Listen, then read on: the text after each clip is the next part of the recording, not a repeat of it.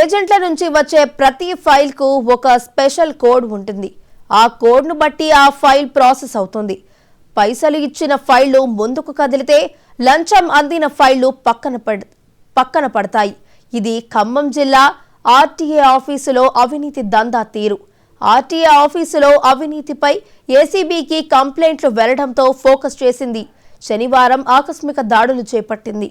ACB DSP Ekambaram Ramesh ఆధ్వర్యంలో team మధ్యాహ్నం నుంచి సోదాలు చేపట్టింది. అర్ధరాత్రి దాకా కొనసాగించింది.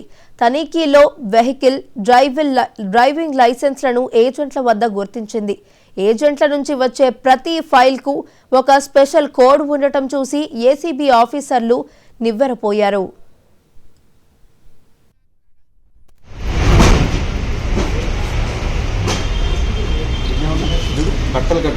డబ్బులు ఇస్తే ఇచ్చేది జైలు పోండి. పాషా నీ దగ్గర ఎందుకు, గవర్నమెంట్ దగ్గర వాళ్ళ ఎంప్లాయీస్ దగ్గర ఉండాల్సింది నీకే. ఏజెంట్ల నుంచి వచ్చే ప్రతి ఫైల్కు ఒక స్పెషల్ కోడ్ ఉంటుందంటూ కూడా ఏసీబీ అధికారులైతే వారి రెండో రోజు తనిఖీలో అయితే గుర్తించడం జరిగింది. ఇక ఇదే అంశానికి సంబంధించి మరింత సమాచారాన్ని మా ప్రతినిధి రామకృష్ణ అందించడానికి సిద్ధంగా ఉన్నారు. రామకృష్ణ, ఖమ్మం ఆర్టీఐ కార్యాలయం మీద ఆరోపణలు వెలువెత్తడంతో ఏసీబీ అధికారులు నిన్న దాడులు నిర్వహించారు. ఈ దాడులు అర్ధరాత్రి వరకు కూడా కొనసాగాయి. మళ్ళీ తిరిగి ఈ రోజు రెండో రోజు కూడా దానికి సంబంధించినటువంటి విచారణ అయితే కొనసాగుతుంది. ఖమ్మం ఆర్టీఐ కార్యాలయంలో ఏ పని కావాలన్నా సరే దానికి ఒక రుసుము అనేది, ఏదైతే ఒక లంచం అనేది నిర్ణయించారు. ఇది ఖమ్మం ఆర్టీఐ కార్యాలయం చుట్టుపక్కల 100కు పైగా ఏజెంట్లు ఉంటారు. ఈ ఏజెంట్ల ద్వారా వెళితే మాత్రమే అక్కడ పని అవుతుంది. ఆ ఏజెంట్ల దగ్గరికి వెళితే వాళ్ళు ఒక కోడ్ ఇస్తారు. ఆ కోడ్ ప్రకారం మనం ఆర్టీఐ కార్యాలయానికి వెళ్ళాలి. వెళ్ళిన తర్వాత ఆ పని అవుతుంది. ఆ కోడ్ను చూసిన తర్వాత దానికి ఎంత ధర అనేది వాళ్ళకి అక్కడ ఉన్నటువంటి అధికారులకు అర్థమవుతుంది. దాని ప్రకారమే పని అవుతుంది. నేరుగా ఎవరైతే ప్రజలు అక్కడికి ఆర్టీఐ కార్యాలయానికి వెళితే వాళ్ళని అనేక ప్రశ్నలు వేసి ఆ పని కాకుండా చేస్తారు. ఇక విసుకి వేసాడిన వాళ్ళు ఇక చేసేది ఏమీ లేకుండా తిరిగి ఏజెంట్ల దగ్గరికే వెళ్లి వాళ్ళు అడిగినంత ఇచ్చి తమ పని చేయించుకోవాల్సినటువంటి పరిస్థితి ఉంది. ఈ క్రమంలోనే ఖమ్మం ఆర్టీఐ కార్యాలయం మీద పలు ఆరోపణలు వస్తున్నటువంటి నేపథ్యంలో ఏసీబీ అధికారులు దృష్టి సారించారు. ఈ క్రమంలోనే చేసినటువంటి దాడుల్లో చాలా మంది కూడా ఏజెంట్లు అక్కడి నుంచి ఏసీబీ అధికారులు వచ్చారన్నటువంటి సమాచారంతో అక్కడి నుంచి పారిపోయారు. ఉన్నటువంటి ఆ సమీపంలో ఉన్నటువంటి దుకాణాల్లో ఉన్నటువంటి ఏజెంట్లు ఎవరైతే ఉన్నారో వాళ్ళందరి దగ్గర కూడా సోదాలు నిర్వహించారు. సోదాలు నిర్వహిస్తే ఆర్టీఏ కార్యాలయంలో ఉండాల్సినటువంటి కార్డులు వేరే దగ్గర ఉంటున్నాయి.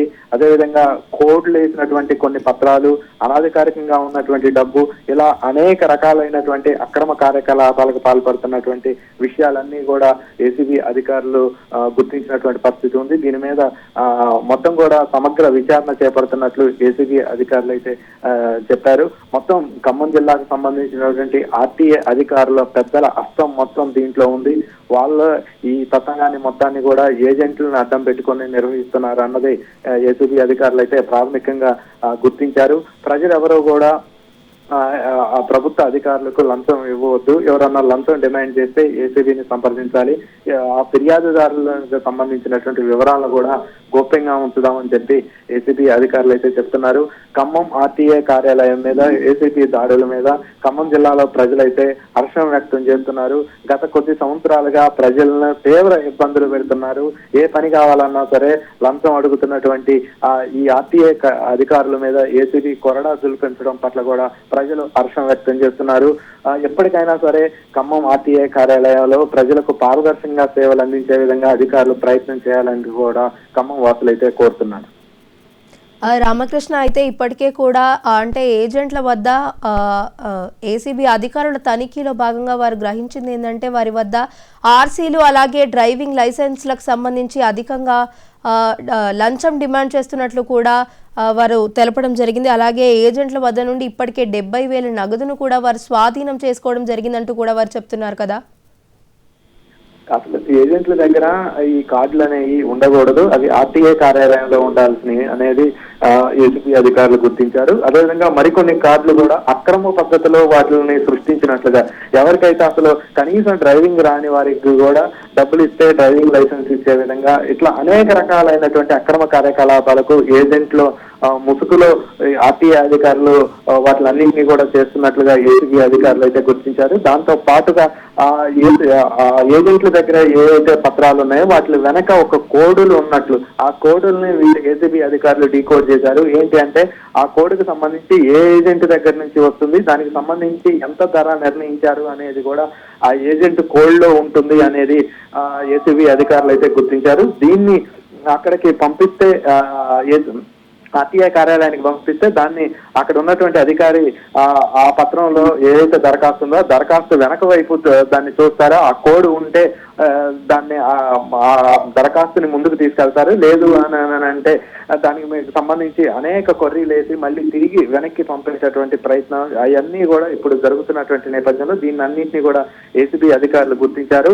ఆ అక్రమంగా ఉన్నటువంటి కార్డులతో పాటు ఏ అయితే దరఖాస్తులు వెనక అవన్నీ కోడ్లు ఉన్నాయో వీటి మీద కూడా విచారణ చేపడుతున్నారు. చాలా మంది ఏజెంట్లు అక్కడి నుంచి ఏసీబీ అధికారులు వచ్చారని చెప్పి పారిపోయినారు. వాళ్ళపై కూడా విచారణ చేపడతాం, వాళ్ళందరినీ కూడా విచారిస్తామని చెప్పి ఏసీబీ అధికారులు అయితే చెప్తున్నారు. మొత్తం మీదకు ఏసీబీ అధికారులు చేసినటువంటి దాడి ఖమ్మం జిల్లాలో అయితే సంచలనం సృష్టించింది. ప్రజలందరూ కూడా దీని మీద హర్షం వ్యక్తం చేస్తున్నారు. Right, thank you Ramakrishna.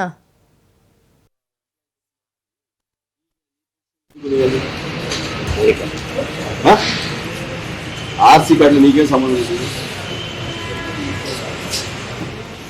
డబ్బులు ఇదాక నువ్వు ఇయ్యాలి ఇంకా